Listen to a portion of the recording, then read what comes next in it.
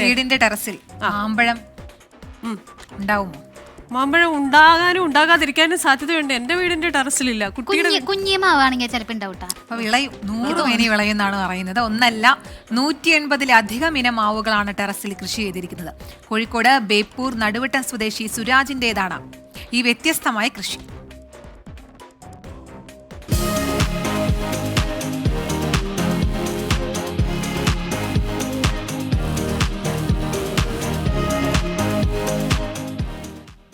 Saint പറമ്പിൽ നിറയെ മരങ്ങൾ, കൂടുതലും മാവ് തന്നെ.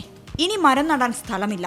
അങ്ങനെയാണ് എന്തുകൊണ്ട് ടെറസിൽ മാവ് നട്ടൂടാ എന്ന ആശയം മനസ്സിൽ തോന്നിയത്. ഒരു സുഹൃത്ത് ഇത്തരത്തിൽ മാവ് നട്ട് വിജയിച്ചതിന്റെ കഥയും ബേപ്പൂർ സ്വദേശി സുരാജിന്റെ മുന്നിലുണ്ട്. പിന്നെ ഒന്നും നോക്കിയില്ല. ടെറസിൽ ഡ്രമ്മുകളും ചട്ടികളിലും ഗ്രോ ബാഗുകളിലുമായി മാവ് നട്ടു.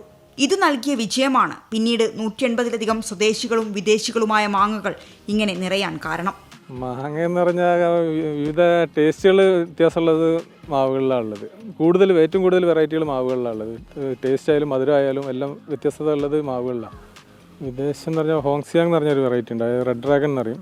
അതും കായ്ച്ചിട്ടുണ്ട്. പിന്നെ നാംഡോക്മൈ എന്ന് പറഞ്ഞ സാധനം കായ്ച്ചിട്ടുണ്ട്. പിന്നെ ഒരു ക്യൂസാം റോഡ്, അതൊക്കെ നല്ല റിസൾട്ടുള്ള മാവുകളാണ്, നല്ല കായ്ക്കുന്നുണ്ട്. മാവുകൾ സംരക്ഷിക്കപ്പെടണം എന്ന ആഗ്രഹവും ഇതിനു പിന്നിലുണ്ട്.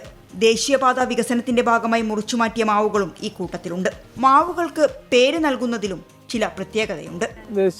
ഞങ്ങളിപ്പോൾ ദേശീയപാത വികസനത്തിൻ്റെ ആയിട്ട് കാസർഗോഡ് നിന്നൊരു മാവ് മുറിച്ചത് ഞങ്ങൾ ഒരു ടീം വർക്കിൻ്റെ ഭാഗമായിട്ട് കളക്ട് ചെയ്ത് അത് മൊഗ്രാൽ എന്നുള്ള പേരിലാണ്. അതായത് മൊഗ്രാൽ എന്നുള്ള സ്ഥലത്ത് നിന്ന് എടുത്തത് കാരണം മൊഗ്രാൽ എന്നുള്ള പേരിലാണ് ഞങ്ങൾ ഉപയോഗിച്ചത്. വീടുകളിലൊക്കെ ഉണ്ടത് അവരുടെ വീട്ടുകാരുടെ പേരോ അല്ലെങ്കിൽ അവരുടെ തറവാട്ട് പേരോ അങ്ങനെയൊക്കെ അവരോട് സംസാരിച്ചിട്ട് ആ രീതിയിൽ ഉപയോഗിക്കും. വീട്ടുമുറ്റത്തെ കൂറ്റൻ മാവിന്റെ വേരുകൾ വീടിന്റെ പടിക്കെട്ടിലേക്ക് താഴ്ന്നപ്പോൾ പടിക്കെട്ടു തന്നെ മാറ്റിപ്പണിതാണ് ഈ മാവിനെ സംരക്ഷിച്ചത്.